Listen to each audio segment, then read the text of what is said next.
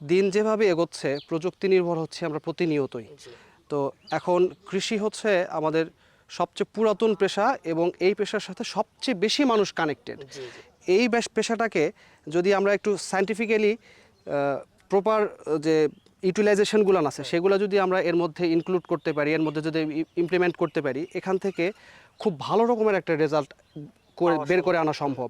আর আরেকটা ব্যাপার, আমি তরুণ প্রজন্মদেরকে আমি যেহেতু একজন তরুণ তরুণ প্রজন্মদেরকে একটা আহ্বান করতে চাই, সেটা হচ্ছে আপনাদের যদি ভাই খুব ভালো মানের মেধা থাকে, আপনি আপনি কর্মজীবনে চাকরিতে আপনি সময় ইনভলভ না বিনিয়োগ হয়। সময় বিনিয়োগ করেন। আর যদি আপনি মনে করছেন যে আমার দ্বারা হচ্ছে না, জি সেক্ষেত্রে আপনি অযথা সময় নষ্ট না করে বাংলাদেশের যে সম্ভাবনাময় কৃষি, বাংলাদেশের যে মাটি, এই মাটিতে অনেক কিছু সম্ভব, জি এখানে সময় দেন।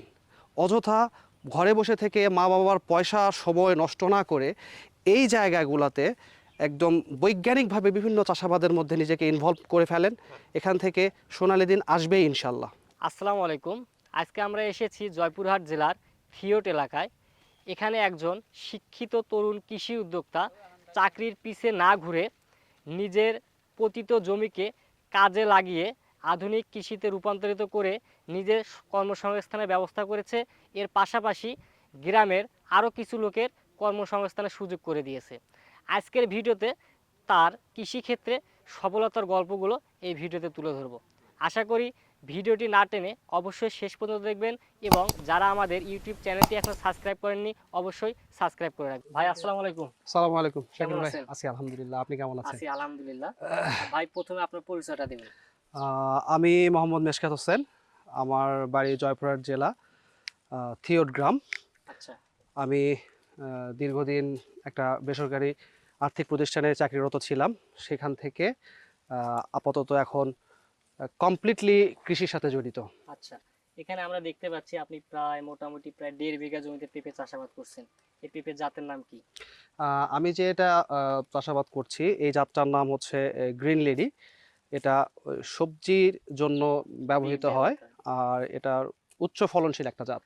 আচ্ছা, এখন আমি যেটা আপনার কাছে প্রথমে জানবো, আমরা যারা পেঁপে চাষাবাদ করি, পেঁপে চাষাবাদের ক্ষেত্রে সবথেকে উপযুক্ত মৌসুম কোনটা? সবচেয়ে উপযুক্ত মৌসুম বর্ষার আগে থেকে একটা মৌসুম আছে।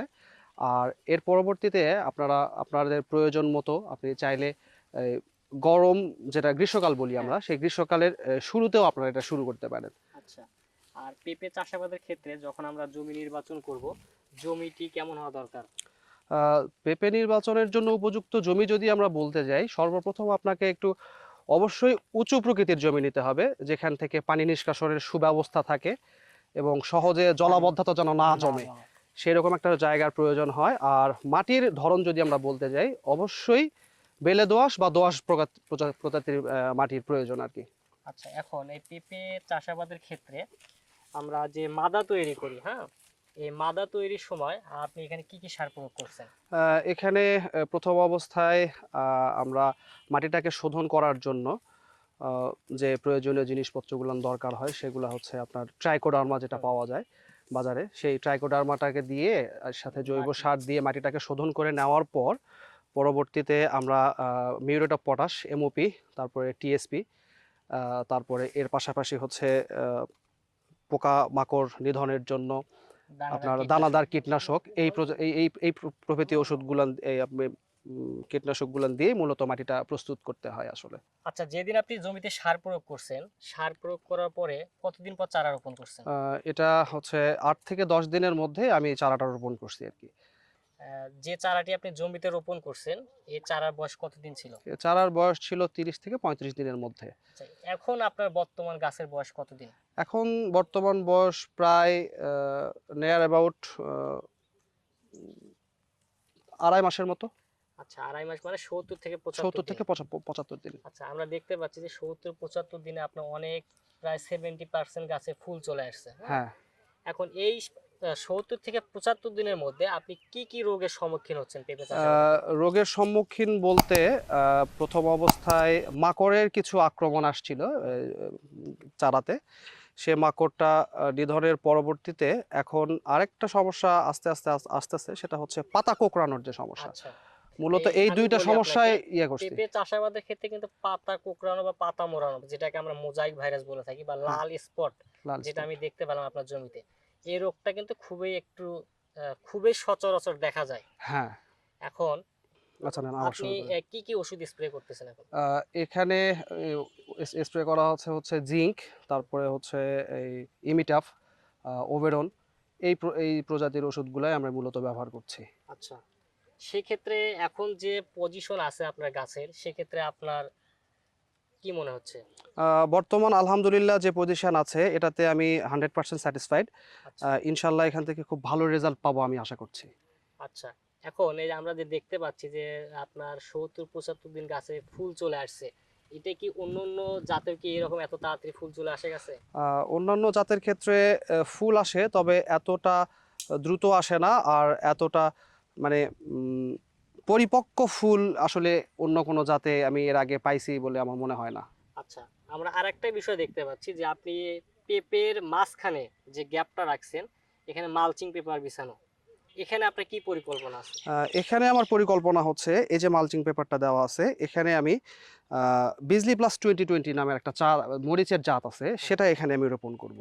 আচ্ছা, তার সেই মানে আপনি পরিকল্পনা থেকে এটা এখানে লাগানো, পেঁপের সাথে সাথী ফসল হিসেবে সাথী আপনি ফসল মরিচ হিসেবে করবেন। মরিচ করতে চাচ্ছে। হ্যাঁ। এখন লাস্টে যেটা আমি আপনার কাছে জানবো, আমাদের যারা নতুন উদ্যোক্তা পেঁপে চাষাবাদে আগ্রহী হতে যাচ্ছে, তাদের ক্ষেত্রে আপনার পরামর্শ কি থাকবে? আমার পরামর্শ বলতে, আমি খুবই নুব মানুষ, নতুন শুরু করছি। এখন বিষয় হচ্ছে দিন যেভাবে এগোচ্ছে, প্রযুক্তি নির্ভর হচ্ছে আমরা প্রতিনিয়তই। জি তো এখন কৃষি হচ্ছে আমাদের সবচেয়ে পুরাতন পেশা, এবং এই পেশার সাথে সবচেয়ে বেশি মানুষ কানেক্টেড। জি জি এই পেশাটাকে যদি আমরা একটু সায়েন্টিফিক্যালি প্রপার যে ইউটিলাইজেশনগুলো আছে সেগুলো যদি আমরা এর মধ্যে ইনক্লুড করতে পারি, এর মধ্যে যদি ইমপ্লিমেন্ট করতে পারি, এখান থেকে খুব ভালো রকমের একটা রেজাল্ট পাওয়া বের করে সম্ভব। আনা সম্ভব। আর আরেকটা ব্যাপার, আমি তরুণ প্রজন্মদেরকে, আমি যেহেতু একজন তরুণ প্রজন্মদেরকে একটা আহ্বান করতে চাই, সেটা হচ্ছে আপনাদের যদি ভাই খুব ভালো মানের মেধা থাকে, আপনি আপনি কর্মজীবনে, চাকরিতে আপনি সময় Involve বিনিয়োগ না হয়। সময় বিনিয়োগ করেন, আর যদি আপনি মনে করছেন যে আমার দ্বারা হচ্ছে না, জি সেক্ষেত্রে আপনি অযথা সময় নষ্ট না করে বাংলাদেশের যে সম্ভাবনাময় কৃষি, বাংলাদেশের যে মাটি, এই মাটিতে অনেক কিছু সম্ভব, জি জি। এখানে সময় দেন।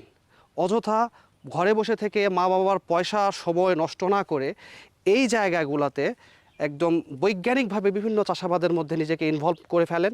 এখান থেকে সোনালী দিন আসবেই ইনশাল্লাহ। ইনশাল্লাহ। ভাই, আপনাকে অসংখ্য আপনাকে ধন্যবাদ অসংখ্য ধন্যবাদ আমাকে যে এই শুরু রোদে থেকে। আমাদেরকে সময় দিয়েছেন এবং আপনার চাষাবাদের A to Z বিষয়গুলো আমাদের কাছে শেয়ার করছেন, এর জন্য আপনাকে অসংখ্য ধন্যবাদ।